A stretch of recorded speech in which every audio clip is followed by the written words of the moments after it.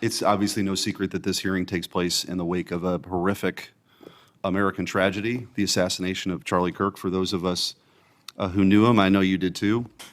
It's still sort of difficult to put into words what a tragic loss that is, not just for his family, but for our country, for free speech, for a belief that we can have a free exchange of ideas. And he was quite literally shot in the throat in an attempt to silence him and take his life. And so you have this task now of this investigation. There's been an arrest. But I think that we face an even larger crisis that law enforcement alone can't tackle alone. It's a crisis that has culminated in the assassination of Charlie. But it doesn't end there. It's I think every bit present right now, and the challenge is greater than quite frankly, I would have imagined. Seeing some of the comments that have taken place after the assassination, and something that I think as a country we have to reckon with. And it's something deeper, much deeper than a rejection of law and order or the norms of civil society. We've entered a very dangerous time, I think, in our country. And that should be clear to everyone. Political violence is a sign of a deep and corrosive sickness in any society.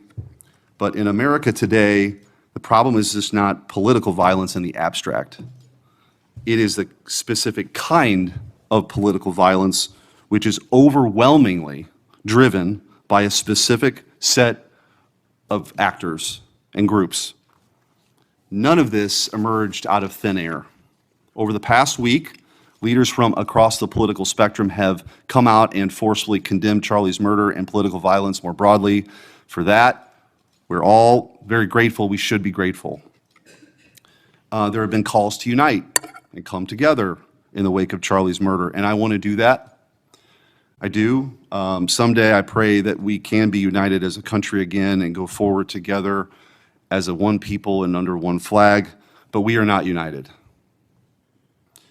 Upstream from the dehumanization and demonizing political violence and rhetoric tearing apart our country is a divide on how we view America and Americans. Is America good? Is America evil? Is there something inherently special about Western civilization, or is this 2,000-year project rotten to the core? And if it is something worth fighting for, which I believe, how do we do it? With words and ideas like Charlie did, or with firebombs and assassins' bullets? Political violence is always wrong, period, full stop. It doesn't matter which side, in the name of any ideology or cause, it's wrong. But in America today, political violence is not a problem that falls equally upon both sides. We have to be honest about this. We must reject an attempt to paint it as some kind of random phenomenon with no particular creed or ideology. A kind of spontaneous insanity, which takes place outside of any broader social context and has no pattern at all. That's wrong. So free speech, yes. Political violence, no. But we have to be honest about what's happening. Already, we're hearing people talk about Charlie's assassination in those terms. We're told that we can't possibly know what drove a killer to plan and carry out a murder of the most prominent conservative activist in America. But that's a lie. We do know. The facts are plain and clear, and we have to speak truth in this moment, or there's no other side of the mountain. The vast majority of Americans are against political violence, but there is a vocal, active minority that encourages and celebrates it, and that minority is overwhelmingly on the left. Just last week, a YouGov poll found that a full 25% of those people who describe themselves as very liberal say it can be justified for citizens to use violence to achieve political goals. Less than 3% of very conservative Americans say the same. That's too many. That is 3% too many. But we are lying if we think that this is a both sides thing. It's not. We have to confront it. And you're going to have an important job of rooting out these terrorists. This is an ideology that runs very deep. The numbers are virtually identical to the ones I just noted when it comes to whether or not it's okay to celebrate the deaths of people whom we disagree with. And while large majorities in both parties were opposed to celebrating political violence, Democrats overall were nearly twice as likely as Republicans to believe that it is usually or always acceptable to celebrate the death of a public figure they oppose. What in the hell is going on? Earlier this year, a poll found that more than 55% of people on the left believed that it would be at least somewhat justified to murder Donald Trump. These are not just some abstractions on a page. These are our fellow citizens. How can we come together with people who believe these things? We've all seen the flood of posts on social media over the past week, not just a fringe few, but thousands upon thousands of people gleefully celebrating a father of two young children getting gunned down in broad daylight. I wish I wouldn't have seen that video. I wish my kids would not have seen that video. Blue Sky, the left-wing alternative to X, was so overwhelmed with these posts that the platform was forced to issue a statement warning its users to stop glorifying the murder.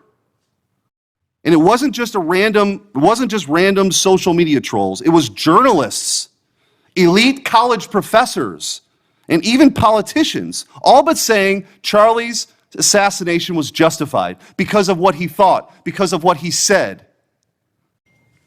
We saw the flood of hit pieces, the most powerful media outlets in the nation dishonestly attacking and villainizing Charlie for the most vicious possible terms.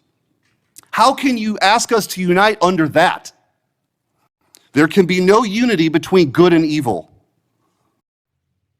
Somebody has to win this thing. And as a country, we have to absolutely reject it. And don't tell me it's both sides. It didn't happen in a vacuum. Over the past decade, we've seen an explosion of political violence, not just one-off lone wolf attacks, but organized, systemic political violence at a mass scale. It is not organic. It is the offspring of a dark and clandestine system funded in part with our own tax dollars, winning with a large network of foundations, NGOs, activist organizations, and front groups. This system lurks behind every radical leftist movement in our nation today. The George Soros empire has financed a vast ecosystem of radicals, all working together, dropping off bricks at riots to unleash a tidal wave of violently anarchists on our streets and to prop it up in an army of researchers and experts and journalists and propagandists who downplay the political violence. What he's doing is serious. I'm going to ask you, because I don't have a ton of time. The opposite of what we should be doing as a committee. And I would point out, we've heard years of the left, their loudest voices calling anyone on the right extremist MAGA Republicans, fascists, Nazis, an existential threat to democracy. Check yourself. And don't give me this both sides bullshit. Mr. Director, I want to ask you. Tell me if each one of the following perpetrators or alleged perpetrators were acting from a left-wing or right-wing political violence. The man who tried to kill Republican congressman at the congressional baseball practice, nearly killing House Majority Leader Steve Scalise. Left-wing or right-wing violence? Sir, I believe it was a left-wing ideology. Okay. Burned down cities during the Summer of Love in the George Floyd riots. Left-wing violence or right-wing violence? Sir, I'll rely on you on these. I don't have off the top of my head. I'm sorry. Okay, left-wing. The Waukesha Christmas Parade massacre, left-wing or right-wing violence? Left-wing. The Lee Zeldin stabbing attempt, left-wing or right-wing? Left-wing. The Covenant school shooting in Nashville, left-wing or right-wing? Left-wing. The Butler, Pennsylvania assassination attempt on President Trump, left-wing or right-wing? Left-wing. The Trump International West Palm Beach assassination attempt, left-wing. The Abundant Life Christian school shooting, left-wing. The United Care CEO's murder, left-wing. Tesla's burned, keyed, damaged, firebombed, left-wing. The murders at the Israeli embassy, left-wing. The ICE facilities firebombed, left-wing. The Minnesota Catholic school shooting, left-wing. The anti-white Charlotte and North Carolina stabbing, left-wing. The attempted Utah News State firebombing, left-wing. And now, of course, the culmination of this vile trend, a left-wing assassination of Charlie Kirk. So don't give me this both sides. If we want to get to unity, let's be honest. Let's be honest. Free speech, yes. Political violence, no. But let's be honest.